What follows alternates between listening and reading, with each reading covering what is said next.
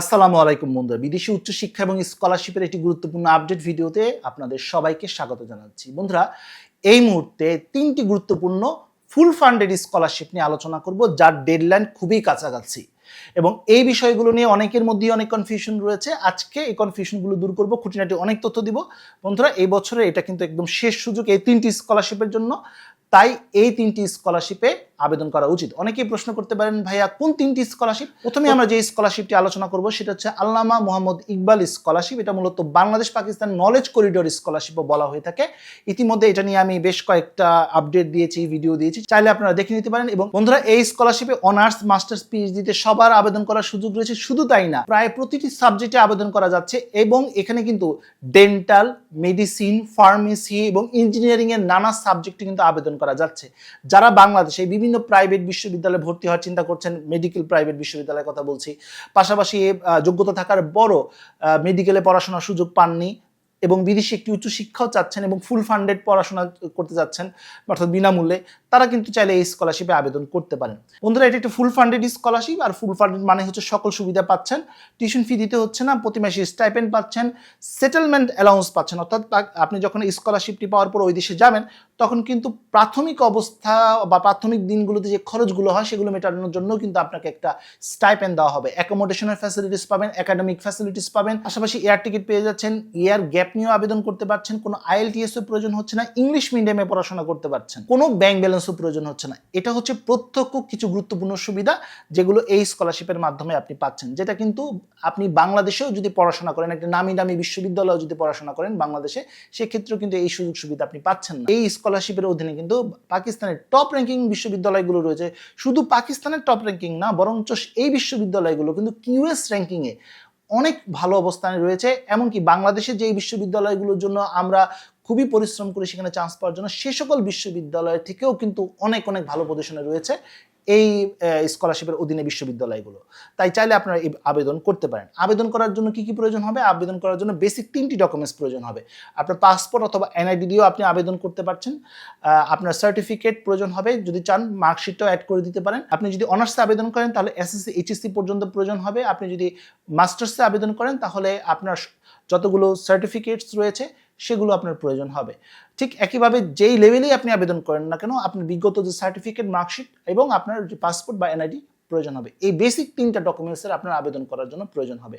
প্রশ্ন আসতে পারে, ভাইয়া মোটিভেশন লেটার এগুলো প্রয়োজন হবে না? না, এই মুহূর্তে প্রয়োজন হচ্ছে না। এখন প্রশ্ন আসতে পারে, ভাই কিভাবে আবেদন করব? একদম অনলাইনে আবেদন করতে হয়। এই ওয়েবসাইটের মাধ্যমে আপনারা আবেদন করে ফেলতে পারেন। খুবই সিম্পল একটা প্রসেস। যদি আবেদন করতে গিয়ে কোনো জায়গায় সমস্যা ফেস করেন বা যদি মনে করেন যে না, আমি আবেদন করলে এটা ভুল হওয়ার একটি পসিবিলিটি রয়েছে, যেমনটা ইউজুয়ালি হয়ে থাকে, অনেক ক্ষেত্রে শিক্ষার্থীরা করে থাকেন, সেক্ষেত্রে আপনি চাইলে আমার পেইড মেন্টরশিপের মাধ্যমে আবেদন করতে পারেন। খুবই শুরু থেকে শেষ পর্যন্ত আমরা ইনশাআল্লাহ সাপোর্ট দেওয়ার চেষ্টা করব। আর এই স্কলারশিপের ডেডলাইন হচ্ছে আগামী 10 জুন, অর্থাৎ খুব বেশি একটা সময় হাতে বাকি নেই, 10-11 দিন সময় বাকি রয়েছে। এই সময়ের মধ্যে অবশ্যই আপনাকে অনলাইনে আবেদনটি সেরে দিতে হবে। এবার আসি দ্বিতীয় স্কলারশিপ, কাজাকিস্তান গভর্নমেন্ট স্কলারশিপ। বন্ধুরা, এটাও একটি ফুল ফান্ডেড স্কলারশিপ এবং এখানেও প্রায় একই ধরনের ফ্যাসিলিটিস আপনি পাচ্ছেন এবং এই স্কলারশিপেও কিন্তু science, arts, commerce, social science, মেডিকেলের সাবজেক্টগুলো পড়াশোনা করা যাচ্ছে এবং অনার্স, মাস্টার্স, PhDতেও আবেদন করা যাচ্ছে। কাজাক ভাষায়, ইংলিশ ভাষায় এবং রুশ ভাষায় পড়াশোনার অপশনও রয়েছে। এবং এই স্কলারশিপের সুবিধাগুলোর মধ্যে একটি অন্যতম সুবিধা হচ্ছে কোনো ধরনের টিউশন ফি দিতে হচ্ছে না, প্রতি মাসে স্টাইপেন্ড পাচ্ছেন, অ্যাকোমোডেশনের ফ্যাসিলিটিস পাচ্ছেন, অন্যান্য একাডেমিক সুযোগ সুবিধা পাচ্ছেন।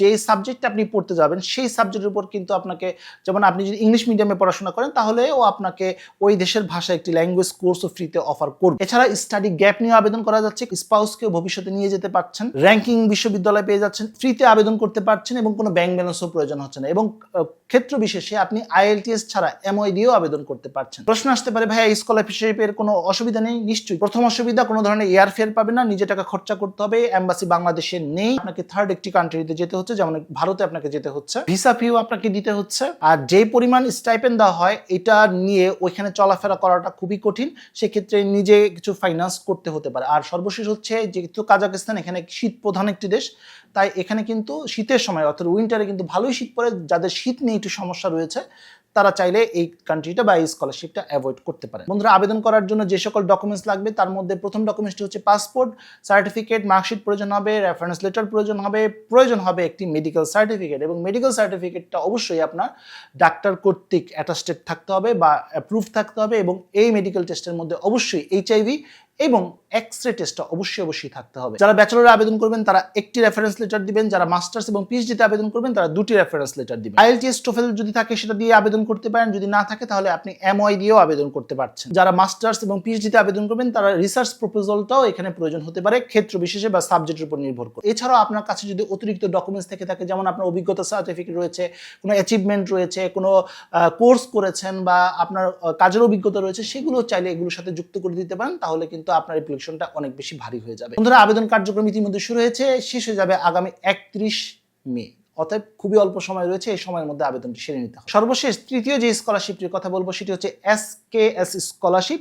এটি মূলত ইন্দোনেশিয়ার একটি স্কলারশিপ এবং এখানেও অনার্স মাস্টার্স পিএইচডিতে আপনি আবেদন করতে পারছেন। বন্ধুরা, এখানেও প্রায় একই ধরনের ফ্যাসিলিটিস পাচ্ছেন, তবে এটা ফুল ফান্ডেড পুরোপুরি বলা যাবে না, পার্শিয়াল কিছু সুবিধা দেওয়া হচ্ছে, যেমন আপনার টিউশন ফিসটা দিতে হচ্ছে না, মান্থলি স্টাইপেন্ড পাচ্ছেন, কোনো রেজিস্ট্রেশন ফি আপনাকে দিতে হচ্ছে না, অন্যান্য একাডেমিক ফ্যাসিলিটিস পাচ্ছেন। তবে ভিসা ফি, অ্যাকোমোডেশন, এয়ারফেয়ার এবং ইন্স্যুরেন্স এগুলো আপনাকে বেয়ার করতে হবে। আবেদন করার জন্য কি কি প্রয়োজন হবে? আবেদন করার জন্য প্রথমেই আপনার পাসপোর্ট প্রয়োজন হবে, সার্টিফিকেট, মার্কশিট প্রয়োজন হবে একটি পাসপোর্ট সাইজের ছবি, অবশ্যই ব্যাকগ্রাউন্ডটা রেড অথবা ব্লু হতে হবে। সিভি প্রয়োজন হবে, মোটিভেশন লেটার প্রয়োজন হবে, যে সাবজেক্টে আপনি আবেদন করতে চাচ্ছেন সেই সাবজেক্টের উপর ভিত্তি করে রেফারেন্স লেটার প্রয়োজন হবে। আইএলটিএস বা এমওয়াই দিয়েও আবেদন করা যাবে। যারা মাস্টার্স এবং পিএইচডিতে আবেদন করবেন তাদের রিসার্চ প্রপোজালও প্রয়োজন হবে এবং সর্বশেষ হচ্ছে একটা ডিক্লারেশন পেপারও প্রয়োজন হবে। এই স্কলারশিপে আবেদন করার জন্য যে ডকুমেন্টসগুলো প্রয়োজন হয় সেগুলো আবেদন করতে হবে সম্পূর্ণ অনলাইনে এই ওয়েবসাইটের মাধ্যমে। আর আবেদন করার ডেডলাইন হচ্ছে 31 মে 2026। অতএব খুবই অল্প সময় রয়েছে, কিন্তু ডকুমেন্টসগুলো যদি রেডি থাকে তাহলে এই অল্প সময়ের মধ্যেই কিন্তু আবেদন করা সম্ভব। আর এই স্কলারশিপগুলো নিয়ে যদি কোথাও সমস্যা ফেস করেন বা যদি মনে হয় যে আমার পেইড হেল্প নিতে চান, তাহলে অবশ্যই আমার সাথে যোগাযোগ করতে পারেন। আমার সাথে যোগাযোগ করার লিঙ্ক আমি কমেন্টে দিয়ে দিব। তো বন্ধুরা, আজ এই পর্যন্ত। সবাই ভালো থাকুন, সুস্থ থাকুন, দেখা হবে আগামী কোনো ভিডিওতে। সেই পর্যন্ত